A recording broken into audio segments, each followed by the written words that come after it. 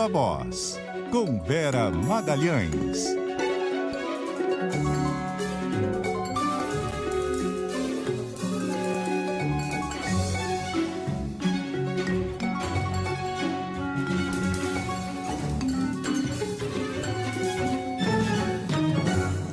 Oi, Vera, boa noite, tudo bom? Boa noite, Carol, boa noite a todos. Hoje vamos rezar para os deuses da conexão, para que ela funcione bem. Até agora, so far, so Você good. me ouve bem? Tô te ouvindo bem, Eu te ouço bem também. Então, é que eu tô falando assim, direto do sítio, vamos ver como é que a coisa vai, vamos embora. Que assim permaneça, acho que tá tudo bem. Não sei se você estava ouvindo o repórter CBN, Vera, uma notinha falando sobre as exigências do governo russo para a entrada da comitiva do Bolsonaro por lá. O timing está maravilhoso, né? A Rússia está para invadir a Ucrânia, o mundo inteiro tirando as pessoas da Ucrânia, invasão a qualquer momento e tal. Aí agora, nesse momento, o Bolsonaro vai lá. Imagina a cabeça do Putin, onde é que tá, né? Se bobear, vai dar um WO, vai dizer, não deu para aparecer. Vai mandar alguém no lugar para receber, sei lá. E aí a notinha dizia que eles estão exigindo 5 testes PCR de todo mundo que for ter contato com o Putin. Olha isso, gente. Cancela essa viagem, né? Não tem o menor sentido. Essa viagem não tem o menor sentido, Carol, e eu não duvido que ele tenha de cancelá-la ao longo do fim de semana. Por quê? Porque os alertas de uma iminente invasão da Rússia à Ucrânia aumentaram nos últimos dias. O governo dos Estados Unidos, a OTAN, todo mundo está reforçando os alertas de que o Putin reforçou as tropas na fronteira com a Ucrânia, que aumentou as ameaças e que estaria esperando só a desculpa, só a justificativa para ordenar uma invasão à Ucrânia, tentar depor o governo de Kiev. Então, se isso se precipitar e acontecer no fim de semana, a viagem vai ser naturalmente cancelada. Essas exigências sanitárias feitas pelo governo russo também foram feitas ao Emmanuel Macron, que esteve lá com o presidente da Rússia esses dias. O Macron se recusou a fazer tudo isso. E aí, num mundo cercado de teorias da conspiração, a França também se deixou contaminar e houve um temor de que esses testes feitos em solo russo fossem usados para que se guardasse material do DNA do presidente da França, etc. Então, a solução encontrada por eles foi colocar o Putin e o Macron com uma distância enorme ali numa mesa de 4 metros de comprimento. É isso, não tem razão para fazer essa viagem agora. Por mais que o Brasil queira negociar com a Rússia, tratados comerciais, cooperação tecnológica, o que quer que seja, haveria outros momentos para fazer isso. Bolsonaro foi aconselhado a adiar, até o vice-presidente Hamilton Mourão, num dado momento, fez esse aconselhamento publicamente, inclusive, mas não adiantou. Ele está dizendo que vai. E para que a coisa não ganhasse contornos aí de um incidente diplomático, o Itamaraty fez uma nota hoje de apreço ali à Ucrânia por ocasião dos 30 anos de relações diplomáticas entre Brasil e Ucrânia, reforçando ali os laços de amizade com o país, para que não soe como o Brasil tomando partido da Rússia nesse momento, a ida do Bolsonaro até lá. O governo dos Estados Unidos também preocupado com essa ida, num briefing essa semana, o porta-voz do governo norte-americano, questionado a esse respeito, disse que espera que o Bolsonaro aproveite a viagem para reforçar os laços entre o Brasil e os valores ocidentais, os valores que são defendidos pelo governo americano. Então a coisa aí vai estar bastante delicada. A gente sabe que o Bolsonaro não prima pela diplomacia e pela habilidade, né, nesse tipo de conflitos. Vamos ver como vai se desdobrar isso daí. Mas até para os padrões do Bolsonaro, né, Vera, o negócio é muito fora da curva. Porque, assim, num momento de normalidade, ok, ele vai tentar demonstrar que não está isolado no cenário internacional, vai lá fazer uma viagem para a Rússia. Já seria questionável, né, a necessidade dessa viagem só para demonstrar que não está ali subserviente ao Joe Biden e tal. Só que numa iminência de uma guerra, de uma invasão à Ucrânia, contrariando os interesses da OTAN. E não são só os Estados Unidos, né? São todos os países que fazem parte da aliança militar do Ocidente. Aí, nesse momento, o Bolsonaro vai lá se alinhar com o Putin? Até para o padrão do Bolsonaro não faz qualquer sentido, né? Não faz o menor sentido, Carol. A gente tem visto aí esse isolamento do presidente brasileiro, até no continente, né? Ele foi convidado, como é de praxe, para a posse do presidente chileno, Boric, e está dizendo que não irá. Então, quando foge a esse alinhamento ideológico, o presidente brasileiro tem dificuldade de travar relações básicas diplomáticas na região e também em relação aos outros continentes. E o tipo de, a gente já discutiu isso aqui, mas o tipo de distinção que ele faz entre quais são os países amigos e quais são os inimigos é muito primária, muito tosca, né? Ele coloca o Putin como um conservador quando o mundo trata o presidente russo como um autocrata, como alguém que já suplantou a democracia no seu país, que já não se comporta como um democrata. E é assim que os países ocidentais, esses sim, alguns dos quais o Brasil tem grandes relações históricas, diplomáticas, comerciais, etc., não consideram o presidente russo no rol dos democratas. Então, é nesse vespeiro que o presidente brasileiro está colocando a mão, indo lá num momento que realmente não se presta a viagens diplomáticas, a apertos de mão, a poses para fotos.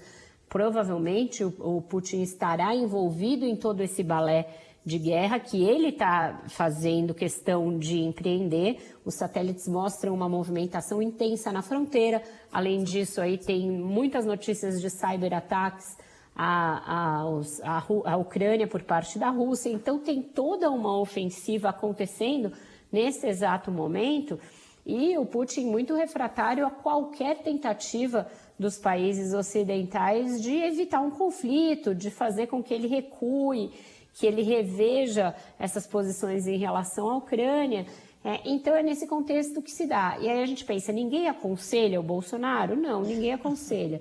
O Itamaraty perdeu muita força, né, desde o Ernesto Araújo, mesmo depois da sua queda e a sua substituição.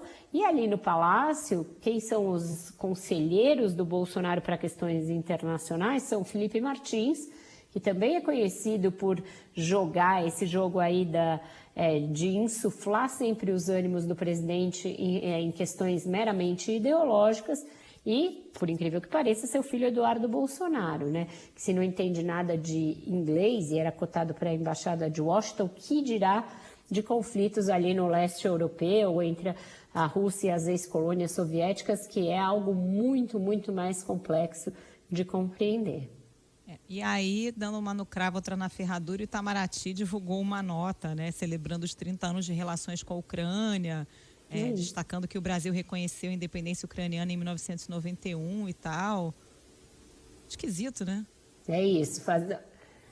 Fazendo ali, olha, não é nada contra vocês não, tá, pessoal? A gente está indo lá só para mostrar que o Bolsonaro é amigo do Putin. É isso, não é nada pessoal, fica aí na paz, não considera que é uma agressão a vocês, é isso. É o tipo de diplomacia bastante tosca e bastante primitiva, Carol. Vera, mudando de assunto, falando em tosco e primitivo, a gente tenta falar de coisa boa, mas é difícil. Também estava no Repórter CBN uma notinha sobre o Sérgio Camargo, da Fundação Palmares. Ele ataca novamente, agora tentando difamar o congolês, o Moise Kabagambi, que foi brutalmente assassinado no Rio, dizendo que era um vagabundo, quase dando a entender que ele mereceu ser morto, né?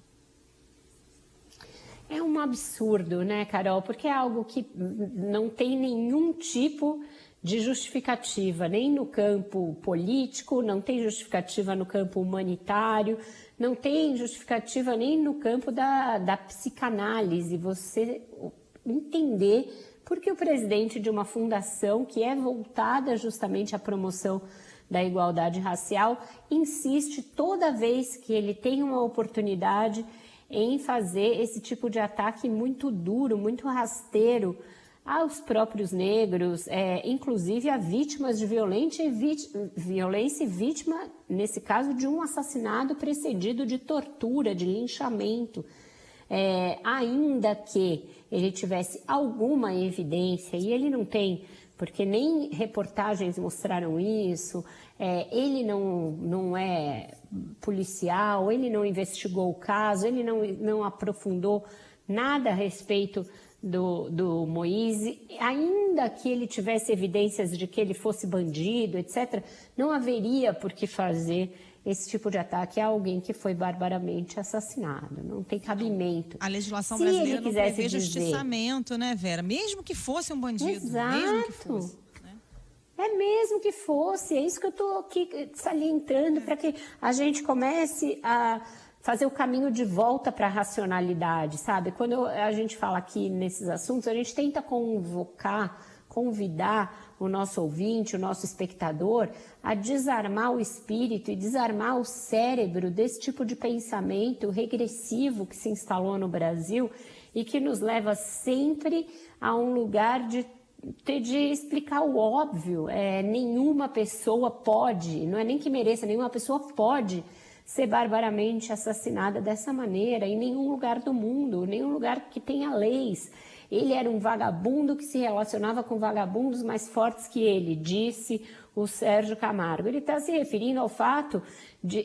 diz que ele vivia em condições bárbaras e precárias. Um refugiado no Brasil, um refugiado negro no Brasil, geralmente vai viver em condições muito ruins, infelizmente. E ele trabalhava ali por diárias muito pequenas, num quiosque, trabalhando de 6 a 8 horas por uma jornada de um dia, e o que ele estava indo fazer, negociando com essas pessoas perigosas e pessoas que têm, ao que tudo indica, ligações com a milícia, e aí esse assunto o Sérgio Camargo deixa de lado, né, porque a gente sabe que existem relações entre as milícias do Rio de Janeiro e o grupo que apoia o presidente Jair Bolsonaro, inclusive o Fabrício Queiroz e outros, o Adriano da Nóbrega, que trabalhou no gabinete do Flávio Bolsonaro, cuja família também trabalhou no gabinete do Flávio Bolsonaro. Então, esse assunto ele deixa de lado. E o fato de que essas pessoas assassinaram o Moise porque ele estava indo lá cobrar diárias trabalhadas no quiosque, ele omite como se isso não fosse algo muito grave, que o Brasil tem de apurar a fundo, que todos os governos deveriam se empenhar em apurar, e não só o governo do Estado, que é quem tem ali a responsabilidade de fazê-lo, porque é quem comanda as polícias do Rio de Janeiro. Deveria, inclusive, a Polícia Federal entrar nisso, porque é um crime muito grave, que coloca a nossa imagem no exterior num degrau ainda mais baixo do que ela vem sendo colocada nos últimos anos por uma série de fatos como esse. Então, é muito triste, porque essa é uma entidade, a Fundação Palmares, que teve a sua finalidade formal, sua finalidade, inclusive, ali inscrita no seu estatuto, totalmente deturpada no governo de Jair Bolsonaro e na gestão do Sérgio Camargo. E é muito sintomático você ver que alguém que age dessa maneira é um dos funcionários do governo federal mais prestigiados junto ao bolsonarismo, junto ao presidente da República, junto ao seu entorno mais ideológico. É muito triste, Carol. Para mudar um pouquinho o clima nessa sexta-feira, vamos com a música, Vera? Vamos, porque a música fala exatamente do oposto, Carol. A música de 3 artistas negros brasileiros que estão no topo aí. O Emicida, um dos principais rappers brasileiros hoje, que está retomando a turnê do seu álbum mais exitoso e mais recente, que é o Amarelo. A Drique Barbosa, que é parceira dele em várias músicas, rapper também paulista, e o Matuê, que é um rapper cearense de uma geração mais recente que o Emicida. A música chama Sobe Junto, e ela fala justamente da necessidade de pessoas negras se darem a mão e se unirem para subirem juntos para o pódio, e diz ali, a Drique até postou isso, né, que no Brasil é um round six diário que essas pessoas têm de passar, e o Sérgio Camargo parece nos levar diretamente para uma tragédia como round six mesmo. Operário numa construção grande, time centrado, foco revanche, coletividade, visão além do alcance. Pega essa avalanche, quem sonha junto sobe junto. Quem sonha junto, sobe junto. Quem sonha junto, sobe junto. Quem sonha junto, sobe junto. Escritório, um Nokia velho e uma mochila. Lembra, fiote? Dali veio todas verde, clorofila, entendeu? Violão Bom, depois eu tonante, ouvi inteiro, ainda não vi essa nova aí não. Boa dica, Vera, É bacana. isso aí, é de hoje, lançou hoje, tá, gente, nas plataformas. Obrigada, querida. Bom fim de semana pra você. Até segunda. Pernilongo se achando Drácula. Ótimo fim de semana para todos, gente. Até segunda. Tchau, tchau. É.